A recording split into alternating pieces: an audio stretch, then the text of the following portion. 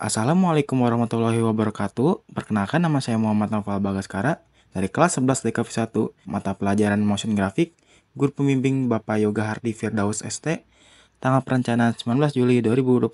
Di sini saya akan menjelaskan kembali alur pembuatan motion graphic yang saya buat. Pengambilan informasi. Informasi dapat diperoleh dari jurnal, website yang kredibel, atau buku terpercaya.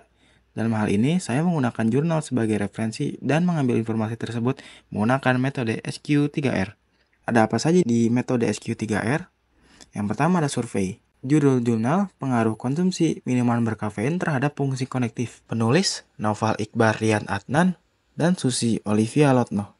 Dengan jurnal, Taruman Negara, Medical Journal, Vol 5 nomor 1, 2023. Yang kedua ada question, atau pertanyaan.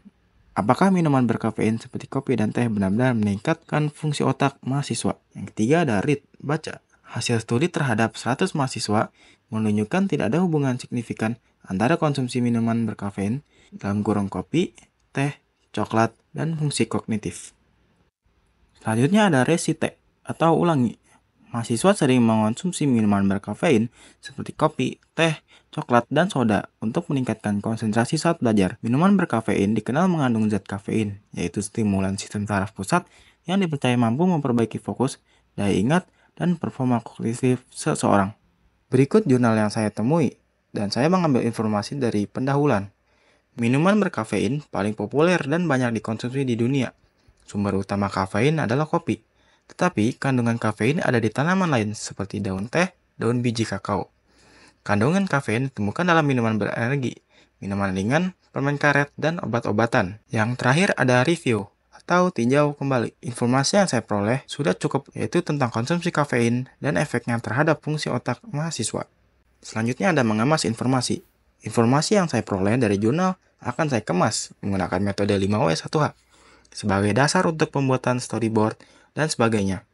Hal ini dilakukan karena informasi tersebut akan disampaikan kepada banyak orang dalam bentuk motion graphic. Metode 5W1H. Yang pertama ada what. Minuman berkafein seperti kopi, teh, coklat, dan soda sering dianggap bisa meningkatkan konsentrasi dan daya ingat.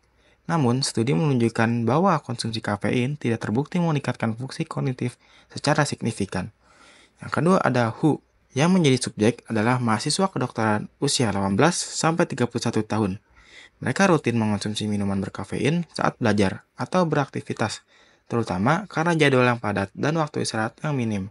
Yang ketiga ada where. Kebiasaan minuman kafein terjadi dalam aktivitas sehari-hari, di rumah, kampus, atau tempat belajar.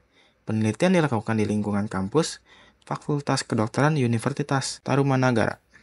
Keempat ada when. Konsumsi kafein biasanya meningkatkan saat mahasiswa sedang belajar malam, ujian, atau merasa lelah. Penelitiannya dilakukan pada Januari sampai Maret 2023. Yang kelima ada why. Banyak mahasiswa percaya bahwa kafein membantu fokus dan daya pikir.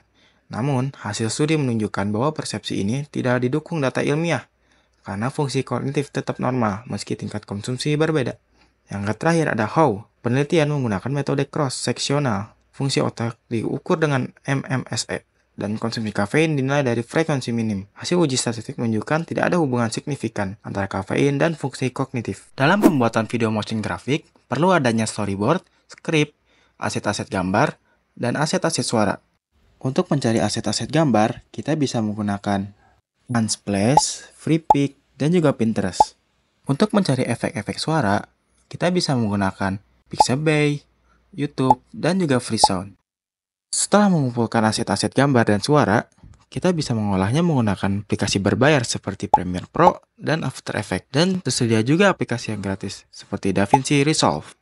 Untuk mempermudah dalam pembuatan video motion graphic, perlu adanya plugin-plugin seperti Mr. Horse, Duke Angela. Selanjutnya, dalam pembuatan subtitle otomatis, bisa menggunakan aplikasi CapCut, Subtitle Edit, dan Fit untuk mempermudah kalian dalam perencanaan pembuatan video motion graphic. Jadi itulah adalah perencanaan dalam pembuatan video motion graphic saya. Mohon maaf bila ada kesalahan kata.